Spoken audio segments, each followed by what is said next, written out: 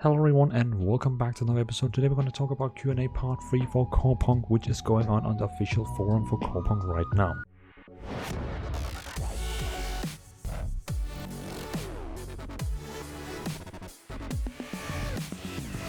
So let's not waste any more time and let's go directly to it. The first question is from Janitza, and he is saying, or she, Dev, we know that upon dying there is a chance that some of your items are lost and are converted into crafting materials. Why not drop these items whole instead of whomever loots the item get choose where they prefer to keep it as it is or convert it into materials by salvaging it.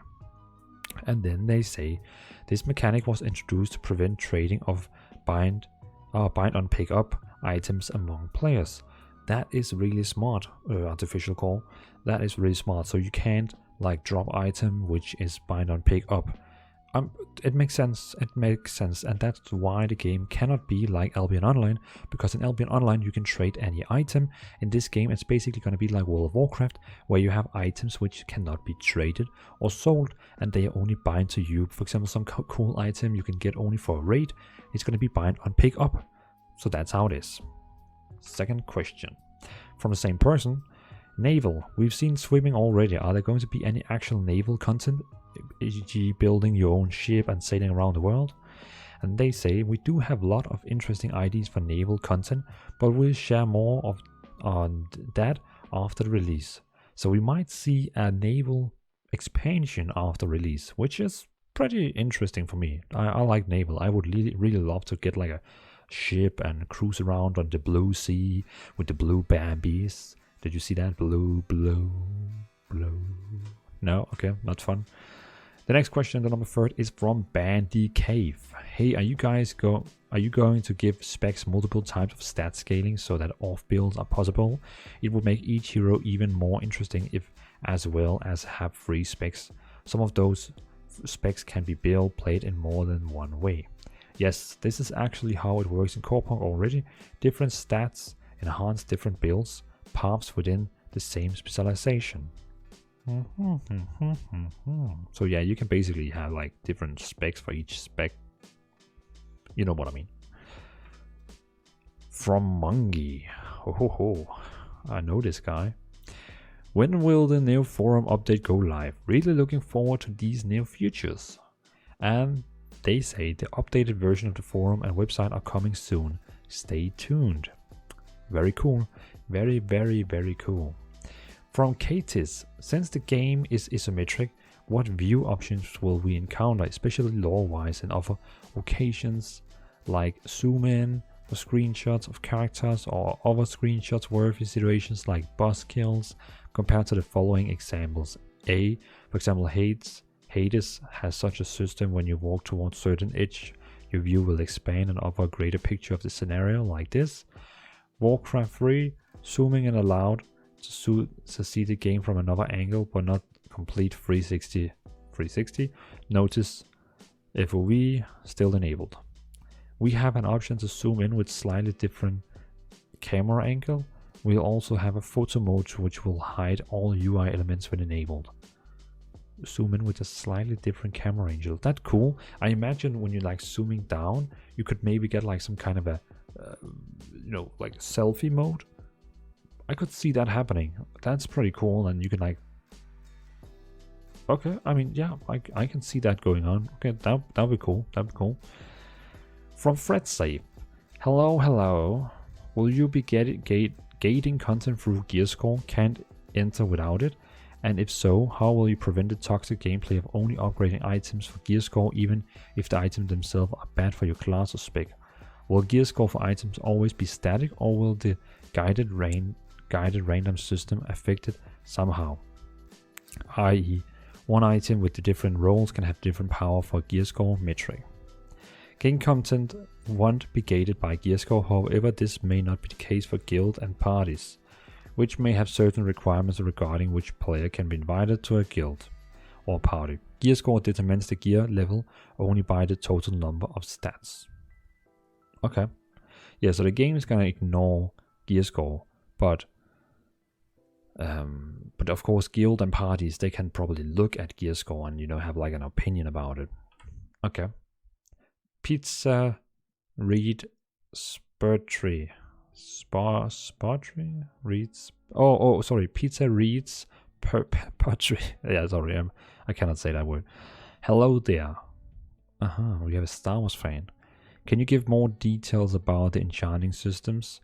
I don't know if you want to spoil everything, but it really worries me as I want to see if it's going to be a RNG system like Korean MMORPG. I think he means RPG, haha.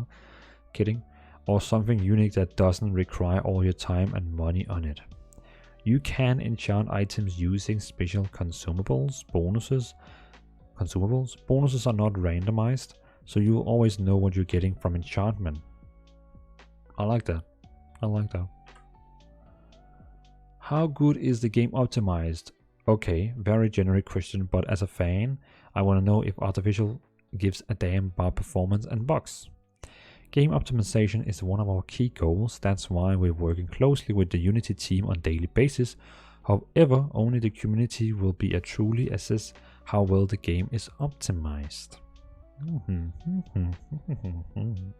Interesting. I hope it's gonna be a good game, like, you know, running on a high FPS and all that. It's gonna be interesting to see.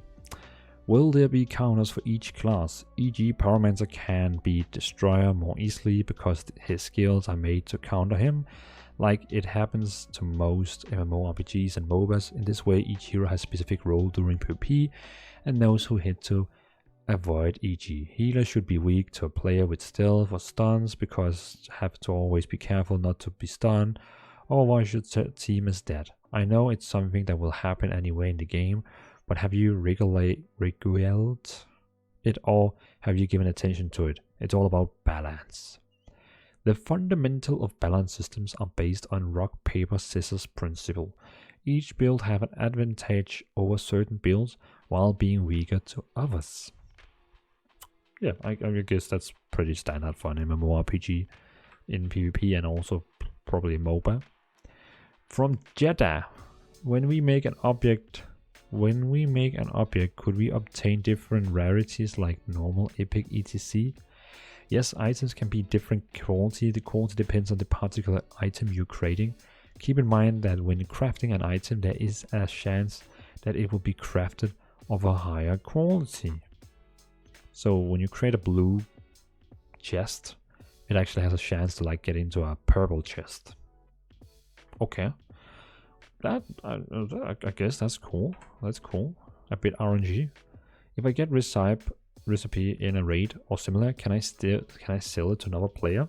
Some basic recipes will be tradable, but the best top tier recipes will all. Oh, sorry. That's the answer. So basically, he's asking, can I sell recipes that I'm getting for crafting? And they are answering back. Some basic recipes will be tradable, but the best top tier recipes will always be bound to the owners. So basically, let's say some of the best recipes can only be get from a raid, then you have to get into that raid for actually getting it and crafting it. So that means you cannot just be a guy who runs around and craft and just buy all the recipes on auction house. You need actually to do content to get the recipes. Okay. I mean, it's not 100% like only this. Maybe we could get some cool recipes in other form of gameplay. We don't know. Birdie Num Num. What happens to a party of 4 players when one player is criminal? Karma system. How will the interaction of parties and karma systems look like in general? A criminal can't be a member of a party. If someone in a party becomes a criminal, he or she will be dropped from the party. Other party members assisting a criminal on a low-level player kill will also become criminals, and they will also be excluded from the party. Keep in mind that healing or buffing an aggressor is also considered as an assist. Wow. So if you choose to become a criminal, you are really an outlaw. You are yourself. I mean, they don't really say anything about criminals can party with criminals, but it sounds like criminals cannot be in a party. Okay. And basically, if you're sitting here like, what is a criminal? Well, if you kill someone who's a low-level player in open world PvP, You become a criminal, basically means everyone can kill you and get some kind of probably like reward bounty. And you cannot go into main cities because you're a criminal. So at the moment, criminals doesn't really have any bonuses in the game. It sounds like, you know, if you're gonna be a criminal, it's only gonna be a bummer for you. But again, and also there was something about if you're a criminal and you die, you kind of lose one of your items. So yeah, don't be criminal. Just be nice to other players. That's the good thing. How far will the modifications of classes combined with class-specific items go? E.g., equipping a certain dwarf engineer weapon would change the behavior of the basic towers. Instead of basic towers, you get 3 towers to place, but with smaller range. So he means like, can he get an item that actually changes his spell? So instead of setting down 2 turrets, it will set maybe down 3 small. Some weapon can modify skills. Additionally, some weapon will also have unique specialization specific skills. Cool. Cool, very cool. Cool. Will there be visual cosmetic changing fireball to an ice ball, or unique emotes? Visual cosmetics for abilities will be available in Corepunk. We will also have unique emotes. That's cool. I remember in World of Warcraft, you could, as a warlock, you could get this item which turned all your fire spells into green fire, which was really cool. Was also very hard to get, but still worth it. Definitely worth it. Salma. Will open world random solo PvP will be open world random solo PvP possible? I mean roaming. In our view, open world PvP is comfortable for solo players and small groups. We don't want to encourage search style tactics. And yeah, I mean we already know that everyone can do world PvP and so on. And the developers, they don't like Zerg. So it's not Albion Online. You're not gonna be able to run around more than a raid size and just kill everything. You cannot be running around 50 people because you cannot be in a party. So, and for me, that's a cool thing. I'm not a fan of like 50 people running around circling. So yeah, I think it's cool. Solo PvP confirmed. From Shivu, I know this guy. He's from Spain and lives on the beach. I believe it was. Will talents or other systems significantly alter how characters' abilities work without changing the core class fantasy? Example of the archer from gameplay had a talent that made volley create an area where arrows would rain 0 seconds, instead of only the initial arrows and another path that might make it slows enemies hit by the arrows. Talents will greatly influence the overall development of your class. Meanwhile, weapon specialization and some weapons allow you to enhance or change the mechanics of particular abilities. So it sounds like they're saying a bit, maybe. I think it's what they're saying basically to you, maybe. And yeah, you will get some spells which can change some of your spells in some way, but I don't expect like huge changes. That's how I read them. Shiro from Spain. In WoW, some of the best content, if played, was the Warlock Green Fire quest. Wow, okay, I just basically talked about this. Or the Mage Tower, which was challenging content. About 10% of the player base was able to complete and only gave cosmetic rewards. Are there any similar challenges planned for Corepunk? We're planning to have raid, party, and solo content which only few players will be able to complete. Well, okay. I mean, the Blue Bambus is of course going to nuke it, but sad for other players.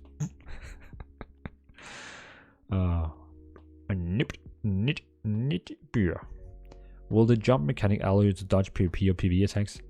No, it will not. So it's just basically only for jumping puzzles. So please don't spam jump while in PvP. Lestat plays. I know this guy. Will the dungeons be instantiated or can any player enter? Each party will have its own instance of a dungeon. There will however be a small number of dungeons that will allow 2 opposing parties to enter a single instant at the same time. Wait. There will however be a small number of dungeons that will allow 2 opposing parties to enter a single instant at the same time. Okay. Well, so people like Lestat Play and other guys like this is the reason for why they're asking these questions is because they come from Albion Online. I mean, if you play World of Warcraft, Elder Scrolls Online, Final Fantasy, all the big MMOs in the world, people will never ask these questions because all dungeons you do and raids are instanced. Basically, when you go in with your party, it's only you and your party. But all the players who comes from the Albion community, they come with the experience of having dungeons which is not instanced, which means when you go into a public dungeon or like a group dungeon, you have also always the chance of another group coming later in and killing you right before the last boss. So that is why all these Albion players, they keep asking about, is it instanced or not? Where if you play like me, World of Warcraft, Final Fantasy, Elder Scrolls Online, I would never ask a question like this because I always play MMORPG games where dungeons are always instanced. It's just information for you all if you're like, why is this guy asking about if it's instanced? Well, that's because of this. But it's very interesting that Artificial Core tells us that they're actually going to do dungeons where two parties can join at the same time. It reminds a bit of like Hellgate-ish in Albion Online, I assume. We'll see. Here's another question. Will the game have separate channels or servers? And for the World of Warcraft players, I think what he means is maybe layers. But let's see what they ask. We use a realm system. Each realm will hold thousands of players. We don't have a channel system that allows players to switch channels independently. However, our system does provide for the creation of channels under peak load conditions in certain areas of the map in order to avoid server crashes. So I think what they answer on is that there will be realms. So like when you open up the server list, it will have like different servers/realms. And then in very heavy conditions, they will create some additional layers. Some people will likely split up in 2 layers on the same server like they have in World of Warcraft. I mean, if you play World of Warcraft and you go into like one of the big areas, there will be probably like 20 layers on top of each other. You will still be on the same server, but people will be spread into like 20 layers. And of course, then if you party with someone, you go to his layer or something like that. You know what I mean? But it sounds like default, we don't have it in this game, but on the peak load, it will have in some zones. Okay. Interesting. I mean, I like this because that means we're not gonna be 50 people standing on the same area and waiting for some kind of animal to spawn. Yeah. Dvalin, that is me. Hi Artificial Core, thanks again for all the work you guys and girls do. I am so sweet. You're so sweet. You are so sweet, Dvalin. I like you. Are there dedicated healers in the game? Good question, Dvalin. Really good question. I must say that is a really good question. I think that's the best question that this Q&A has had ever. I'm kidding. Don't hate me. You will be able to make a fully dedicated healer build. A half healer, half support build. A half healer, half damage dealer build. And so on. If you're focusing on building a dedicated healer, then the efficiency of other capabilities will be significantly reduced.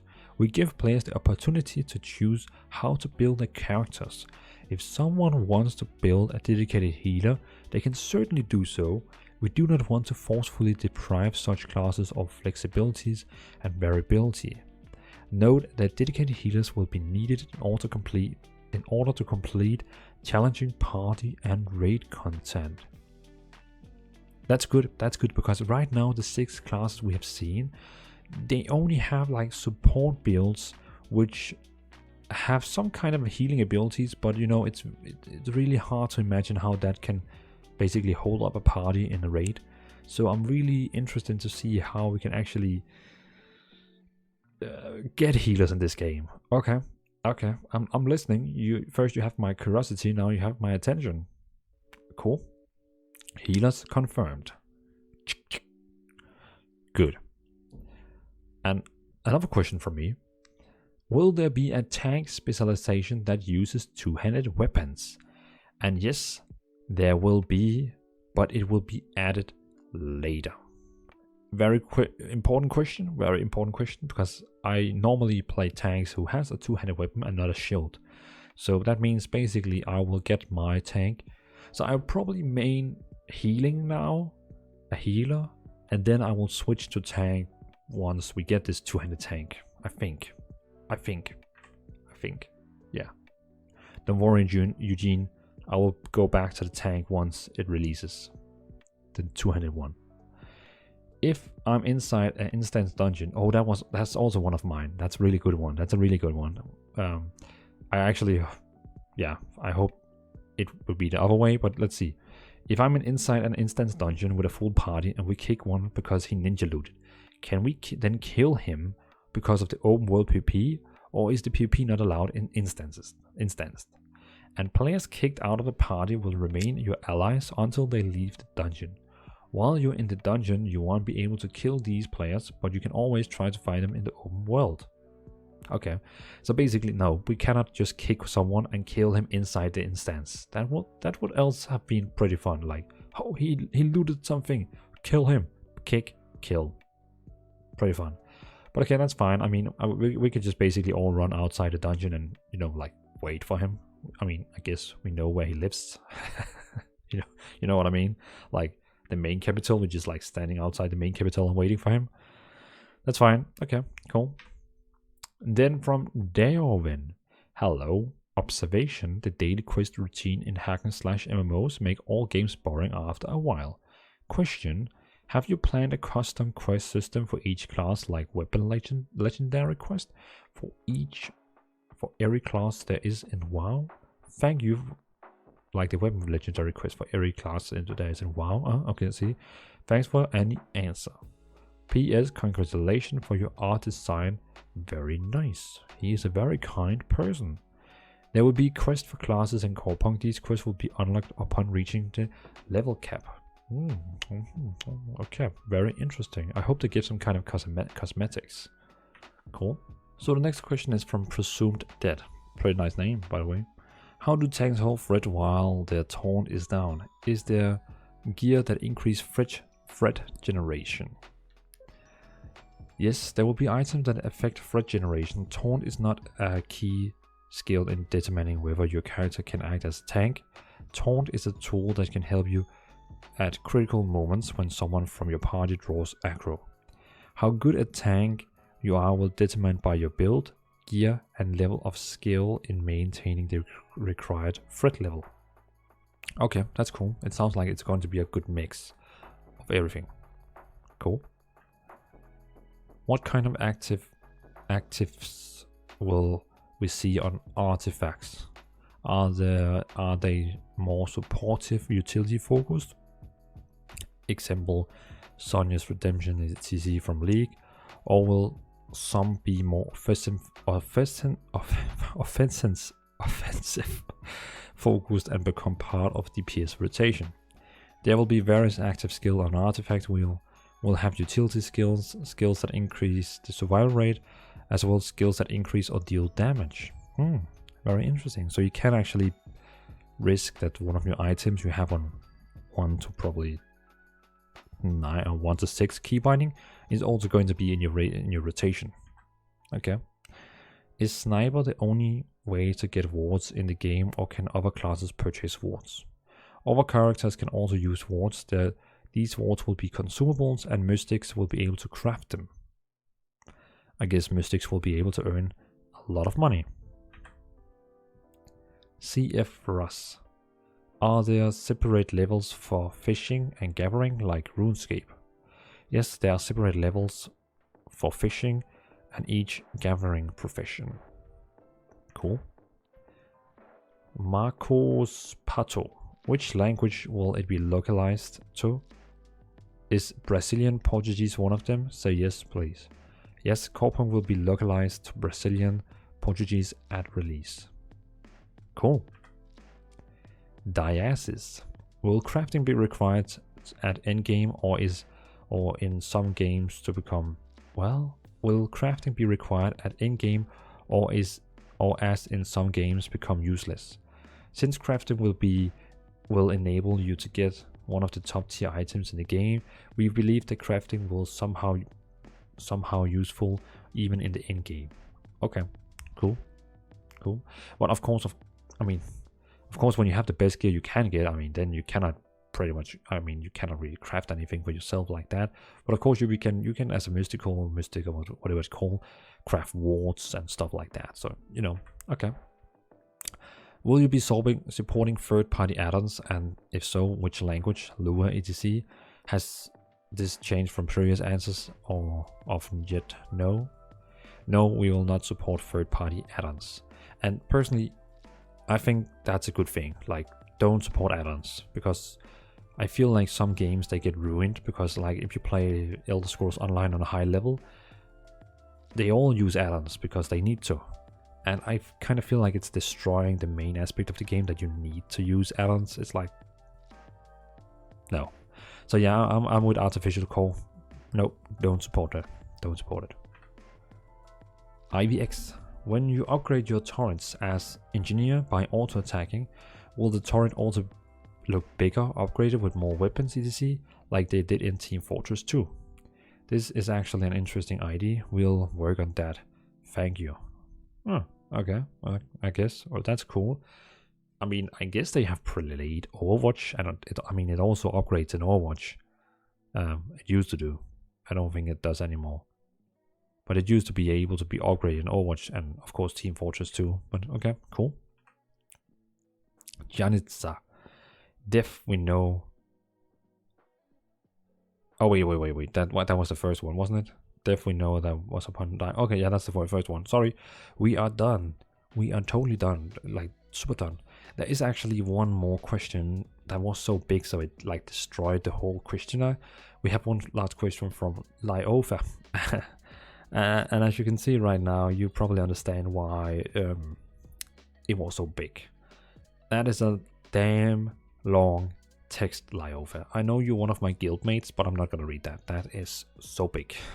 So we're just gonna read the answer. I'm sorry, LoFi. The information available to you from the game will be enough for theory crafting. A talent calculator will be added later on. There will be built-in damage, heal, and aggro meters that will allow you to try out build variations. It's not currently possible to change the location of the UI elements, but we will consider adding this future. Our interface does allow you to track buffs and debuffs. You will also be able to use various skins for UI elements. Very cool. So basically, I think, yeah, okay, so he's like asking for all these kind of support for what you basically could get out of add-ons, you could say. But I like that they're gonna have like meters for damage, heal, aggro, different skins for UI, and even they're even gonna add the talent calculator later. Okay, I like that. Okay, I guess LoFi, that's some good question you got. I mean, good answers you got. I haven't read your question. It's a bit too big. Well, thanks for watching, everyone. That was the Q&A part 3. They said on the Discord, I'm just gonna read it up for you. They said on the Discord that we'll post the next part mid-May. So the next Q&A is going to be mid-May, which is pretty cool. I mean, we are in May, like end of the week, then we're gonna go into May. So that's cool. It's like we have to wait like 2 weeks approx, probably, before we get more questions or answers. Yeah, I guess. So thanks for watching, everyone. It was a pleasure again making this video. You know, I'm always covering all Corepunk content. So if you like Corepunk content, like Corepunk videos, Corepunk news, Corepunk leaks, anything about Corepunk, subscribe to the channel, because I am going to cover every single thing about Corepunk. If Eugene, he sneezes, I will cover it. If P-Shack spills some water, I'll cover it. If the community manager shares something leaky, of course, I'm not gonna break any NDA like that. I'm not gonna be unfriends with the developers. But you know what I mean. I'm gonna cover everything about Corepunk. So subscribe if you want more Corepunk news, content, anything like that. Else, thanks for watching. See you in another video, and have a nice, awesome evening. And I guess see you in Corepunk closed beta next month, hopefully. Thanks for watching. Have a nice day. Bye bye. Bye bye bye bye bye bye bye.